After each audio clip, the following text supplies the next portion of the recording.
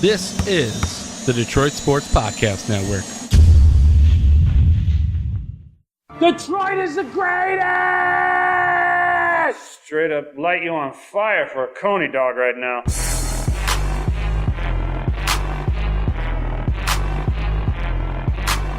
Darren McCarty comes back to Neiman in front of him. McCarty draws. McCarty in. McCarty scores! A magnificent goal!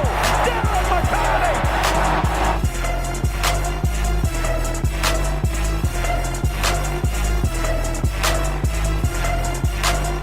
Stafford takes, throws, end zone, Calvin, touchdown, Detroit Lions!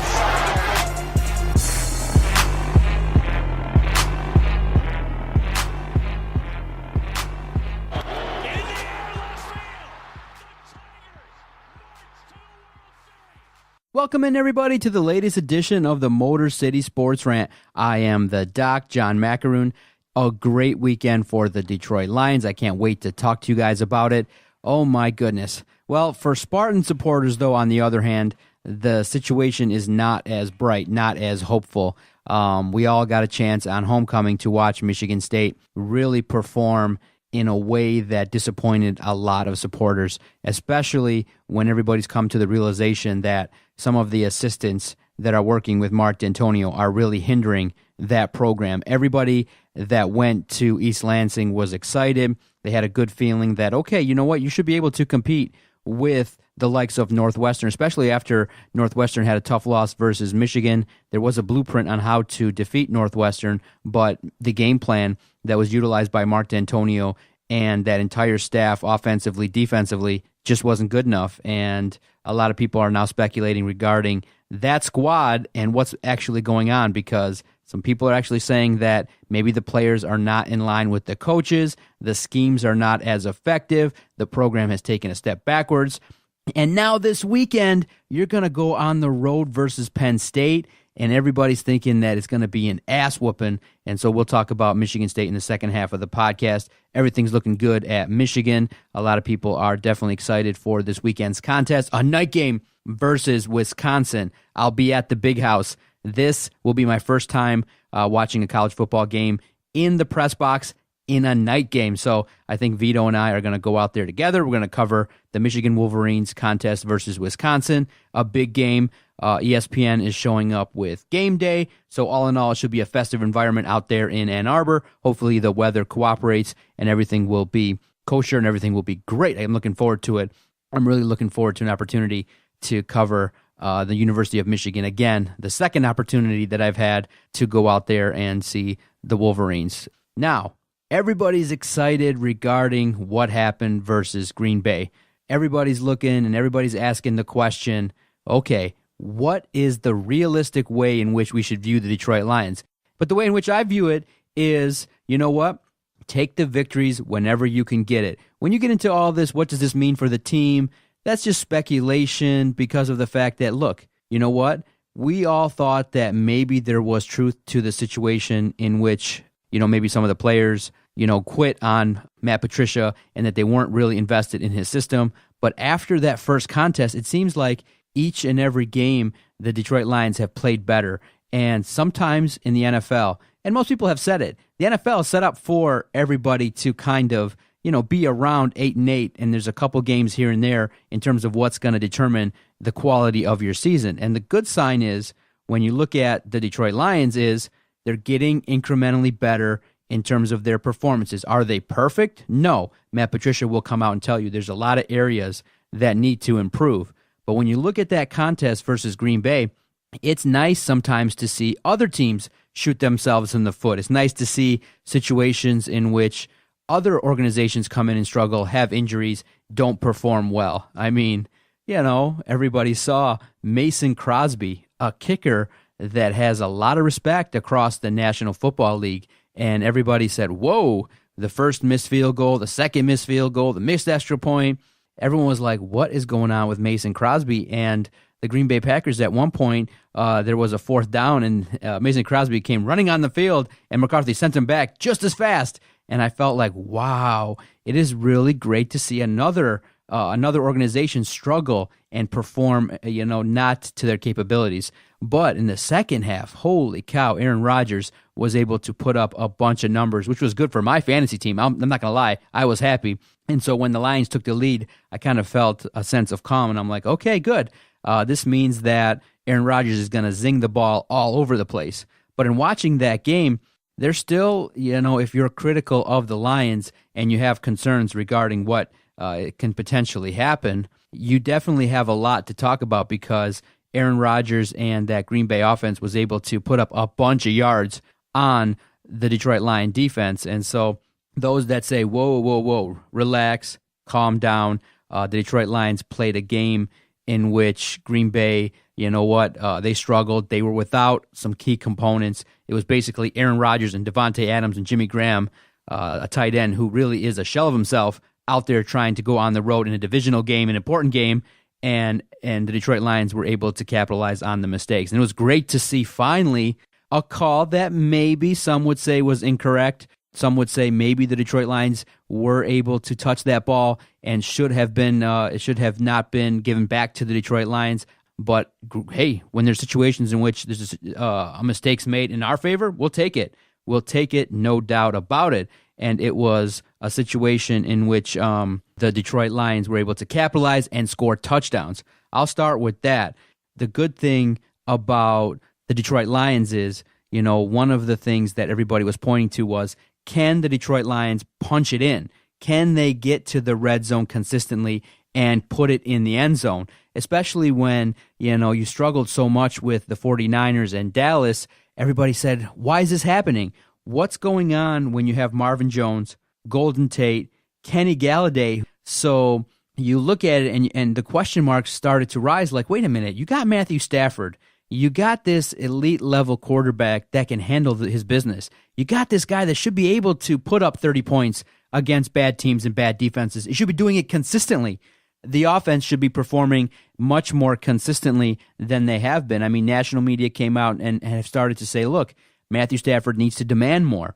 The offense needs to do a much better job of going out there and consistently scoring more than 24, especially when your defense on average is giving up 28 points or more per clip. So what did we see versus Green Bay? You saw opportunities. You saw Marvin Jones get a touchdown. You saw Kenny Galladay get a touchdown. You saw LeGarrette Blount take the ball and get into the end zone. That's what we wanted to see. We wanted to see the offense get into the red zone, perform well, and take the ball and score those 7 points. And they did. And we're all thankful that they did, because it produced a lot of points for the Detroit Lions, and it gave you that cushion that you needed. But after halftime in the third quarter, we all got nervous. We all were a little bit upset and a little bit sitting on our hands going, uh-oh, Aaron Rodgers looks a little bit cerebral here. He's marching the team up and down the field. They're scoring a little bit easily. And granted, I'm going to be honest, I was concerned that maybe Aaron Rodgers could have pulled it off, but then in the fourth quarter, Matthew Stafford and that offense, headed by Galladay, Golden Tate, they were able to utilize the run game effectively with Kenny Galladay, and they were able to hold off the Green Bay Packers. And thank goodness that they did, because sitting at 2-3 going into the bye week, we're all a lot more comfortable than had it been 1-4. Had it been 1-4, I do think then the talk would have been, is this regime really working? Is Bob Quinn really the guy to help the situation out? Is Bob Quinn really a general manager that we can trust? And so being at 2-3, now we're starting to have conversations that I think are fun when you talk about football. Maybe there's a chance this Lions team can make a run. I mean, you got a bye week. You have an opportunity to kind of heal up a little bit. Kerryon Johnson was nicked up. Maybe TJ Lang can continue to heal up and rest up to come back versus Miami. You have an opportunity maybe for the absent one, Ziggy Ansah, and we'll talk about him in a few moments here. Maybe he'll finally make an appearance and perform at the level that we want. So there's some things that can be hopeful in a bye week, and the next contest is versus Miami, a team that you can compete with. Now, will I predict that they'll go to Miami and win the game on the road? No, never. I'm just taking it one game at a time, one performance at a time. And similarly, with the Detroit Lions, like I said, when they played Dallas on the road, I said, wait a minute. If they were to go out there in Dallas and lay an egg and lay a turd, would I be surprised? No. And would I be surprised if they went to Miami and got absolutely destroyed by an AFC opponent? No, not at all. Because there are marked deficiencies that are very evident with the Detroit Lions, and we'll talk about them. But I'm happy to say that some of the things that they've worked on have gotten better. I feel like Jim Bob Cooter opened it up a little bit. There were opportunities to pick on some young, talented corners from Green Bay, and JBC picked on them, and it was a good thing to see. The concerns that maybe you could have, some would say, well, Green Bay shot themselves in the foot. Green Bay made a lot of mistakes. Green Bay was not able to really capitalize on some of the things that they wanted to. And I'll say this, so be it. Hey, if you have a game plan and you go out there and you try and execute it, great. The Green Bay Packers just weren't able to execute. They didn't have the weapons to try and execute it, and the Lions jumped all over it. And I'm thankful that they did. And the Lions were able to run the ball effectively. LeGarrette Blount was able to make some things happen. The defense made some plays. I mean, a strip sack, you're able to swat the ball out of Aaron Rodgers' hands, and you were able to do some things early in that first half. Now, some of the concerns that you could have, the pressure from the defensive line is not consistently there. And other quarterbacks like a Tannehill, like a Kirk Cousins, like an Aaron Rodgers in Green Bay could cause you some damage if you don't shore that up. They have to improve that defensive line. All we can hope is that Ziggy Ansah finally shows up on the field and performs. I mean, my goodness, man. Adam had the concern. I've talked about it for weeks now. What is going on with Ziggy Ansah? Because whenever there's a question about him, it's like hush, hush. It harkens back to everybody who remembers DeAndre Levy, a guy that we all kind of said here at the podcast, he doesn't look like a gamer. He looks like he cashed a check and that was that. He didn't want to risk himself. He kind of didn't want to get on the field, and maybe there were situations in which he didn't try his absolute best to get on the field. What's going on with Ziggy Ansah? When you don't answer the questions, people are like, especially when the beat reporters all saw him practicing pretty consistently prior to the Green Bay game. Ziggy Ansah is a major concern. The lack of pressure on quarterbacks is a major concern because of the fact that when you look at Green Bay's offense, once they got rolling, once they got into a rhythm, they were able to take advantage of the Detroit Lions secondary and score some points. But you could say, well, you know what? The Detroit Lions built a lead, and so then they started to play back a little bit, not allow the big play, so they kind of went into that prevent defense. And that's why Green Bay was able to score some points and move up and down the field. But all in all, the fans at Ford Field were very excited. They were very loud, very passionate. Matt Patricia definitely commented on it. And the Detroit Lions were able to execute at a really good level on both sides of the ball, offense and defense, especially when it counted in that first half. They got out to the lead. And that's all I said was, you know what? The Detroit Lions play much better from ahead. They play much better when they're scoring touchdowns. They play much better, and they can control the tempo of the game when they're actually executing on offense. And when you see the likes of Marvin Jones, Golden Tate, you see Kenny Galladay, and he's emerging as a guy that we can all say, wow, a quality number one receiver that we can all count on game in and game out. And we're all seeing it like, he's making plays. He's kind of going up there, and he's sure-handed. He's able to come down, and the good thing is that he's another deep threat option. You got Marvin Jones and Kenny Galladay. That just is such a great thing. That's what gives us hope. If utilized properly, if JBC can, in certain situations, expand Kenny Galladay's role, that's really awesome. Marvin Jones. Now, of course, you could say he should have hauled in that free play when Green Bay went offside. Everybody on the offense for the Detroit Lions, they recognized it, and they threw the ball deep. It was an all-go, but Marvin Jones was not able to come down with it. But look, when you look at it, everybody's watching the film. Everybody is commenting on, wow, Golden Tate, Marvin Jones, they're doing the dirty work, especially in blocking. All credit to them for helping out in that run game because the Detroit Lions are making a concerted effort to run the football, and the likes of Kenny Galladay and LeGarrette Blount are doing the job. It's really nice to see because of the fact that, hey, when the game plan is out there and it really works and you're starting to see the offensive line kind of gel a little bit more and handle their business. Now, another area of concern that I have is Ragnow's kind of getting, a little bit loose in terms of his offensive coverage, taking some penalties, especially ones that hurt the team. I think a touchdown was called back after Ragnow got a penalty. So I want to continue to see Frank Ragnow develop and not take so many penalties, especially in key moments. But all in all, everybody's grading out pretty well on that offense when you score over 30 points. So everybody that saw them really was impressed and was really happy with a lot of the things that the Detroit Lions did. Now, the question that everybody has, the topic that everybody's talking about, and unfortunately, Jason was not able to join us. He just messaged me, and family duties called. So darn it, Jason, you disappointed me, brother, but it's okay. I get it. A guy like that, I'm looking forward to talking to him in the future, but he's got to deal with a family situation. And I'm recording this late in the evening on Monday, so sometimes the schedule with me and the practice sometimes precludes us from talking, but I can turn on the microphone and let it rip and spit it out. So here I am. I'm going to give my thoughts, my insights on the question that everybody has is, who are the Detroit Lions and what to make of them going forward? Well, everybody wants to know what this team can become. What's the ceiling? I had asked, well, what's the ceiling now? How many wins can this Detroit Lions team get? Well, you look across the league, Minnesota can be taken advantage of. Chicago, definitely going to be tough. Green Bay, I'm not that concerned regarding what they bring to the table because of the fact that, there's something going on with Mike McCarthy and that offense, and Aaron Rodgers. It just isn't gelling right now. So I do think there's an opportunity for the Lions to go on the road and handle their business should they play well. But in the division, when you go out there and you play the likes of Minnesota and you play the likes of Chicago, if the Lions can execute, if they can go out there and believe that they can win and they can handle their business and they continue to improve under this system with Matt Patricia, there's an opportunity to get some wins, maybe surprise some teams, and maybe split with Minnesota and split with Chicago. Because right now, some of the critics will say, no, you're going to lose both games to Minnesota, you're going to lose both games to Chicago, it's going to be a wrap.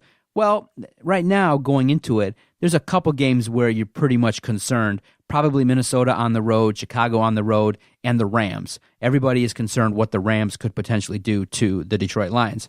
Couple things that the Lions can do is continue to feature these two athletes, Kenny Galladay and Kerryon Johnson.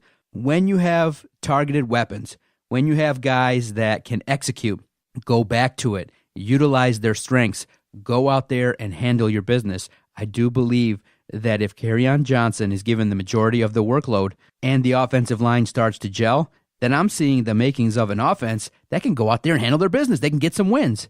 And so what is the Detroit Lions team? I think it's a team that's getting better. And I know you guys are thinking, man, is that the real Doc? Is that the guy that is so cynical of the Detroit Lions? Now, how much hope will I throw out there? Not that much.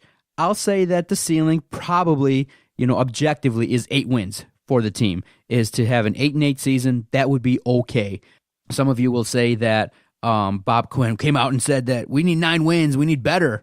But I think what he really meant to say was, look, we're really starting a new regime. We're looking for players that are going to fit the system, and we're going to go out there and we're going to target those guys that are going to come in here and handle their business each and every week and do it the Lion way.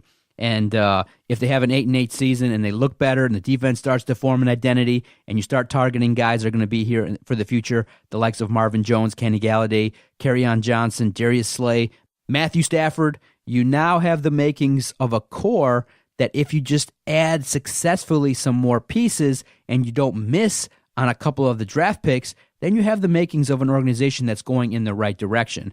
But those that say, you know what, this could bottom out, I hear you. I can understand that. I would not be shocked if the Lions went to Miami and just struggled and just were not able to run the ball and things fell apart. I would not be surprised at all. But I would also not be surprised if the Lions start to gel. If the Detroit Lions start to get better, if that defense can figure out how to become at least semi-average in the run game, if they're able to do those things, then there's an opportunity, maybe to give the ball back to Matthew Stafford on a few more possessions. Maybe you're able to force some more turnovers. That would be great not to see your opponent run all over the field and not to have your defense have god-awful numbers.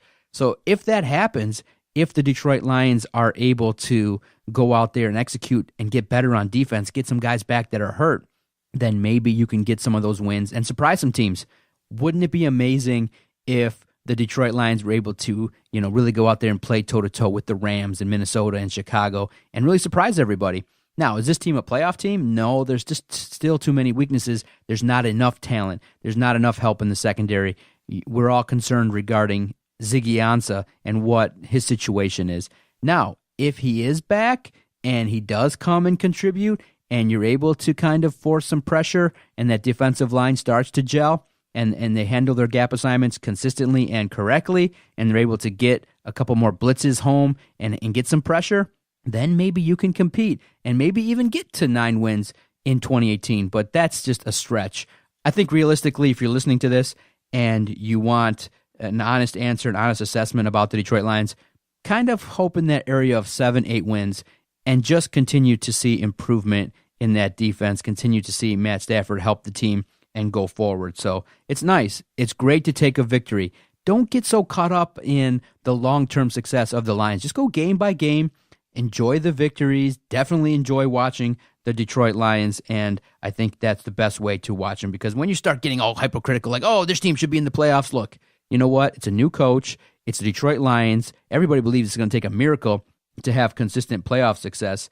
Let the man do his job, and he does talk a big game. He does seem to be able to speak the part, so when Matt Patricia addresses the media, I like the fact that he's in the know. He seems like a very smart individual. Seems like he has a grasp of what's going on. I just would like to see a little bit more domination in terms of that defense, and I'd like to see a lot more effectiveness, especially in the run game. I can't wait for the Detroit Lions to take the field against Miami. I think it's going to be a good contest. I think in the nice weather, the Detroit Lions will have an opportunity to go out there and handle their business. Now, a couple things that were concerning were Kerryon Johnson's ankle injury. It seemed minor.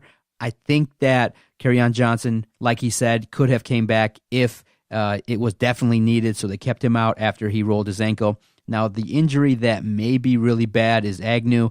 It seemed like he did some damage to his knee, so we'll all wait and see. I know the information might be scarce. I know the information might not come as fast as Matt Patricia always gives his injury report and then doesn't really elaborate that much further. So we'll see how the bye week treats the Detroit Lions. But obviously, they need to get better in the run game. They need to get better in the run defense. They need to overall get better in the defensive pass rush.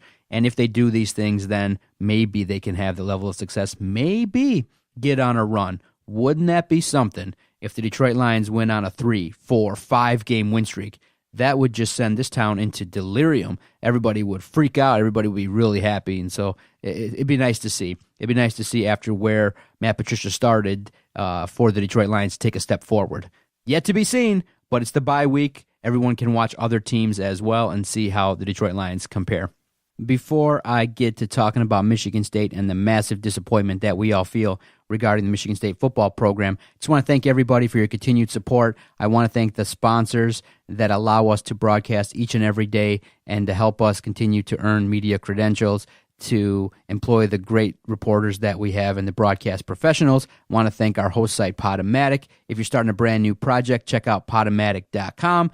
And the free and easy way to continue to support us is visit DetroitSportsPodcast.com. We greatly appreciate it. That's where you can go and stream all the shows 24/7. Find out which show airs when. We're putting out content 6 to 7 days a week, and we greatly appreciate it. We believe we put out great quality content, and that's why we have so many subscribers and so many listeners and downloads to the Detroit Sports Podcast Network.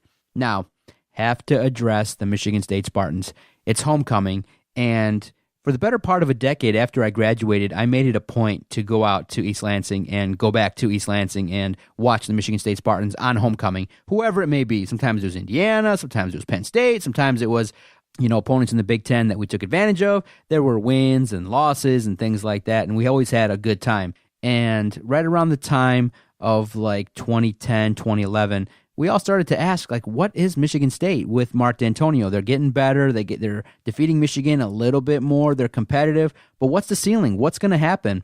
And then Mark Dantonio started to recruit better. Mike Hart had the epic calling Michigan State little brother, and Michigan State really took off, and they started to build upon that hatred, that rivalry. Once they were called little brother, that was a rallying cry. And everybody said, whoa, we're starting to see something turn here around 2012, 2013, we started to see success. We started to see like, whoa, there was the quality game versus Iowa, getting to the Big Ten title game, the great contest that they used to have versus Wisconsin, the Hail Marys and the great Big Ten championships, getting to the Rose Bowl, getting to the college football playoff. And then at that point, naturally speaking, expectations changed. You said, wow, you went up against Alabama and you got your ass kicked. And you were shut out. You played terrible, and that was one of your finer teams. You had Connor Cook, and they weren't able to handle their business. They got blown out. They weren't able to perform at a quality clip. And everyone said, wow, that should have been a wake-up call for Michigan State and Mark Dantonio to really make some changes so that you could compete. You're right there. You're on the stage, but you weren't good enough to compete with the likes of a Clemson, Alabama, the big dogs, Ohio State. And what should have happened is after Michigan State went 3-9, or really after they had gotten their ass kicked by Alabama, they should have went to the drawing board and come up with a plan to say, how do we stay relevant? How do we evolve our offense? How do we evolve our defense? And that didn't happen. And so when expectations got higher, there's more pressure on the organization to perform. There's more pressure on Mark Dantonio, those assistants. And what starts happening is, unfortunately, when you have success, assistants like Harlan Barnett are gone. Assistants leave like Pat Narduzzi. And you go, wow. It's unfortunate that the level of quality in terms of the new assistants are not as good.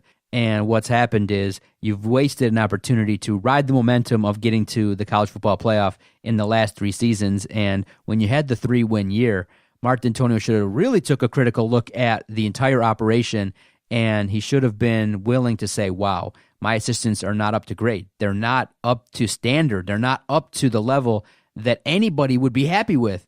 And Mark Dantonio failed to do that.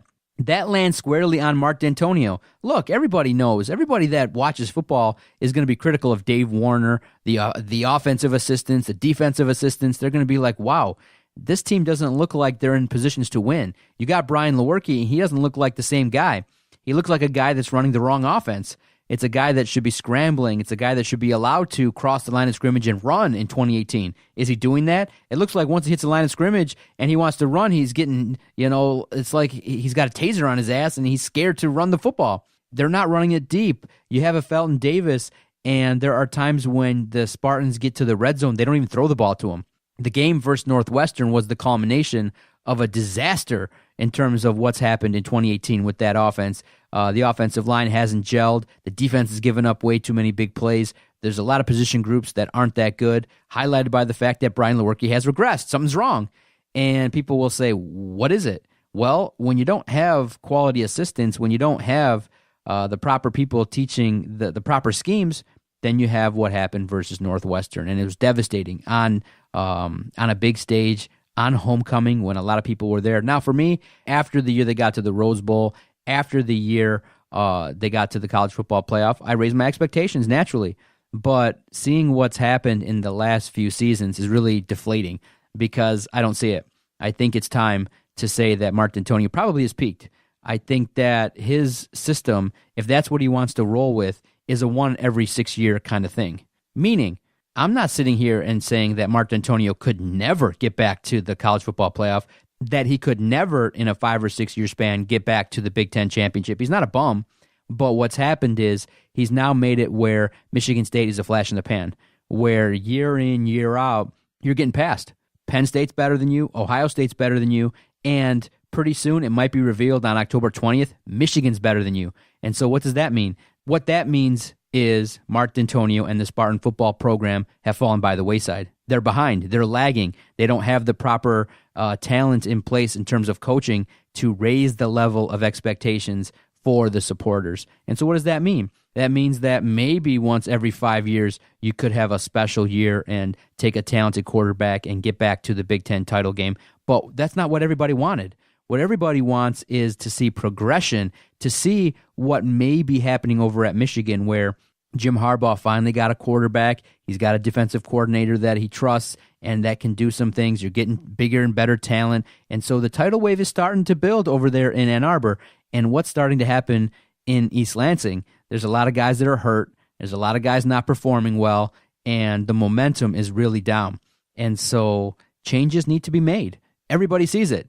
Michigan State needs to go out and really recruit good assistants, pay them, stop being cheap, and go out there and really rebrand that offense to make it something that looks competitive and entertaining across the college football landscape. That offense that they run is atrocious. I mean, the goal for Michigan State is to run the ball. And I said it in previous podcasts. What if you can't do it? What if it's shown on tape that you just can't do it? Great, maybe you'll rise up and you'll do it against Michigan. Fine. But I'm talking about doing it versus Northwestern, doing it versus Arizona State when you're on the road in the heat, doing it when it counts. If you can't, then you have these stupid losses that set you back and piss everybody off.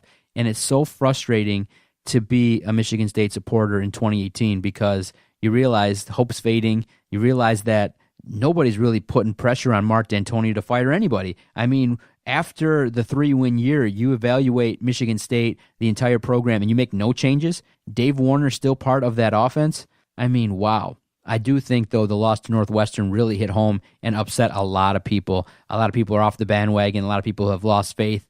And a lot of people are not happy to be watching what's going to happen in the next 2 weeks because you're probably going to take an ass whooping to Penn State on the road, and you're probably going to have a heartbreaking loss to Michigan in your own place because of the fact that the coaching is not proper, the scheme is not effective, and everybody says all the time when they're struggling, we've got to execute better. Well, maybe the situation in which, no, it's not about execution. Maybe you're just calling plays that aren't going to be effective. It just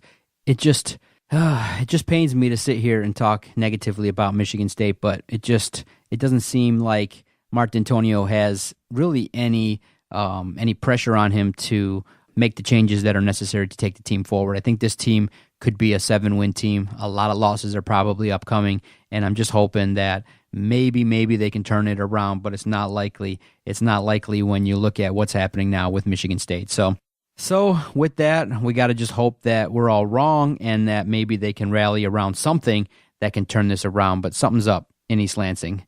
My senses are up. Spidey senses are up. Something's going on. Maybe the players are just fed up with the schemes. They realize, look, we got some talented individuals at wide receiver, but we're definitely trying to run the football, and maybe some of the players are not excited with what they're doing day in and day out. And that's unfortunate. It's unfortunate that the Michigan State program has not taken off and gone, and taken that next step to be among the elite. But there's really only a couple teams that are elite: Alabama, Clemson, and Ohio State. So can Michigan State return to mediocrity? We shall see. I hope I'm wrong. With that, comes to a close this episode of the Motor City Sports Rant. Thanks, everybody, for listening. You can follow the network at Detroit Podcast. If you like what I've said, if you hate what I've said, if you find any of the insights to be absolutely god-awful, feel free to leave a voicemail 24/7, 365 days a week, 248-579-8686. And as always, you can message us on Twitter at Detroit Podcast, the most interactive Detroit sports Twitter page. Thanks, everybody. I look forward to talking to you next week. You've just downloaded the latest edition of the Motor City Sports Rant.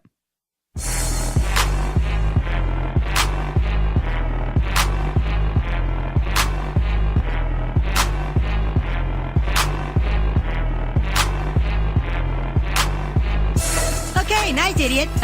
You. Bye-bye.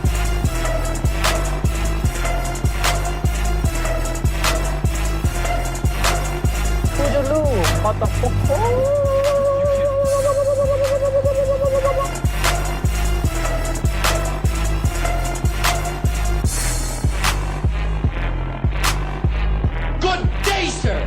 I said good day.